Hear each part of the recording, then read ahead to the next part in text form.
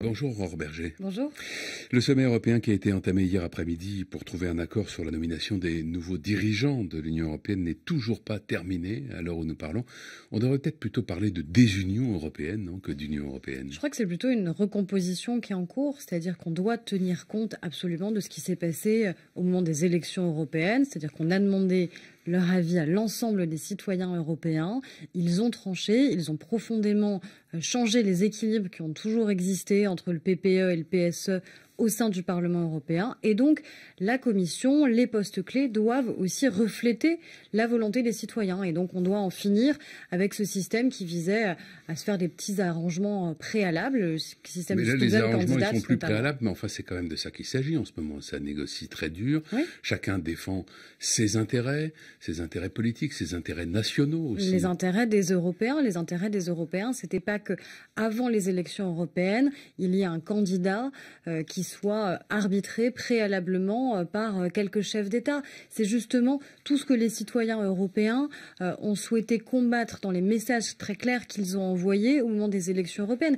Et c'est aussi l'une des raisons pour lesquelles, en général, les citoyens européens ne se sentaient pas particulièrement concernés par ces élections, considérant qu'elles étaient loin d'eux, considérant que la démocratie européenne était faible en son sein. Et donc, si les discussions durent, elles dureront, parce qu'il faut encore une fois que les différentes nominations sur les postes clés reflètent la volonté des citoyens européens. Est-ce qu'il est important que la France obtienne l'un de ces postes clés ?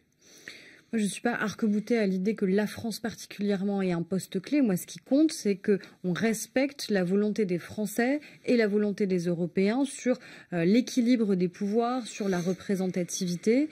Après, à partir du moment où on accepte d'intégrer un ensemble comme celui de l'Union européenne, si chacun ne vient que défendre l'intérêt de son propre pays qui serait illustré, traduit par un poste clé obtenu, je pense qu'on n'arrive pas vraiment à faire aboutir l'idée européenne.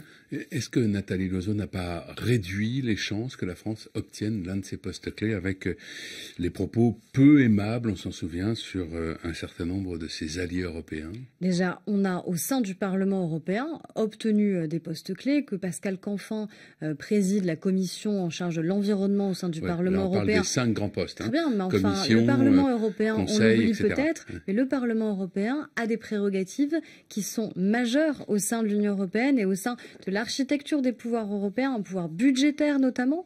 On se plaint, ou certains en tout cas attribuent à l'Union européenne régulièrement tous les malheurs pour dire à quel point justement elle est influente sur la législation qui est ensuite transposée au niveau national. Eh bien, le fait qu'on ait en l'occurrence un Français, mais surtout un écologiste convaincu qui soit à la tête de cette commission, je pense que ce n'est pas du tout anodin. Et c'est bien la démonstration que la délégation qui est la nôtre au sein du Parlement européen pèse pleinement. Alors, vous parlez d'écologistes convaincus, il y en a un autre, a priori, qui est très convaincu, c'est Nicolas Hulot, qui, dans le courant du week-end, a appelé à l'unité, c'est dans les colonnes de nos confrères de Ouest France, à l'unité par-delà les clivages politiques pour affronter la guerre contre le dérèglement climatique. Il se dit prêt à apporter son soutien à un gouvernement, je le cite, qui ferait la démonstration qu'il veut véritablement faire rentrer l'écologie dans la modernité. Donc, visiblement, pour lui, ça n'est pas le cas du gouvernement d'aujourd'hui. On a une divergence d'approche avec Nicolas Hulot. Nicolas Hulot considère... Mais il n'est pas le seul. Il y a le Haut Conseil pour le climat, nommé par Emmanuel Macron, enfin mis en place par Emmanuel Macron, qui a dit son indépendance d'ailleurs. Oui, mais qui a dit exactement la même chose la semaine dernière. Non, mais moi je vois concrètement ce qu'on fait et comment on agit. Ça a été le cas encore la semaine dernière avec une loi qu'on a votée sur la question énergétique.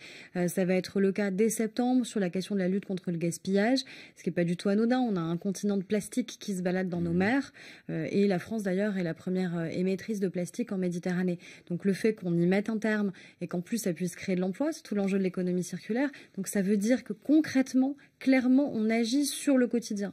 Après, moi en effet, je considère que l'écologie ne doit pas peser sur celles et ceux qui sont les plus fragiles économiquement, qui déjà payent la double peine, c'est-à-dire qu'ils n'ont pas les moyens parfois d'isoler leur logement, ils n'ont pas les moyens de changer leur voiture et en plus ils sont punis. Et je pense que ça, c'est une mauvaise manière d'arriver à embarquer les citoyens français, européens vers la transition énergétique et écologique. Cette transition, elle doit d'abord être celle de l'État, des administrations, elle doit être celle de l'accompagnement des citoyens, elle ne doit pas être celle de la punition. Et moi, ce que je regrette, c'est que Nicolas Hulot, en permanence, ne voit jamais ce qu'on fait, que ce soit notre majorité ou que ce soit d'ailleurs au sein de l'Union européenne, il voit toujours ce qui ne va pas assez loin selon lui.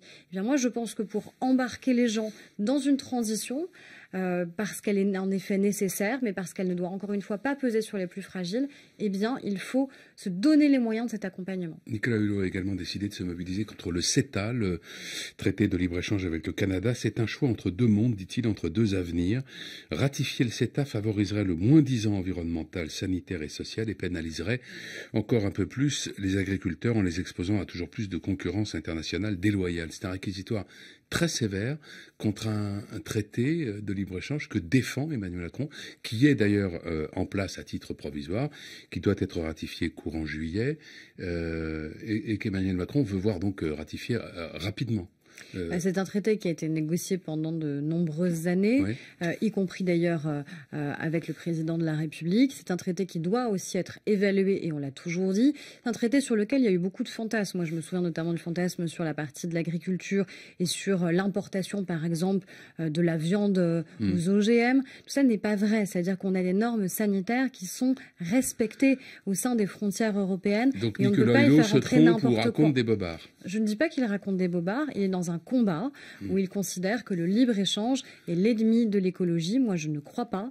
Je crois que l'économie de marché, je crois que le libre-échange peut permettre aussi un mieux-disant écologique, peut permettre de faire progresser les choses en matière écologique. Je ne crois pas que l'économie dirigiste qu'un certain nombre de pays avaient adoptée ait permis un mieux-disant écologique, bien au contraire. Et alors, autre traité européen avec les pays du Mercosur, celui que la Commission européenne a signé à quelques jours de la fin de son mandat, c'était une bonne idée, ça ? Je pense que c'est une très mauvaise idée sur la forme déjà, parce que le fait qu'une commission sortante se permette au dernier moment, dans les dernières heures de sa présidence, de signer un traité alors qu'une nouvelle commission doit justement être nommée, alors qu'un nouveau Parlement européen a été élu, c'est vraiment de donner le sentiment que l'Union européenne, que celles et ceux qui encore aujourd'hui la dirigeaient, font fi de la démocratie européenne. Donc c'est pas tolérable que les choses puissent se passer comme ça.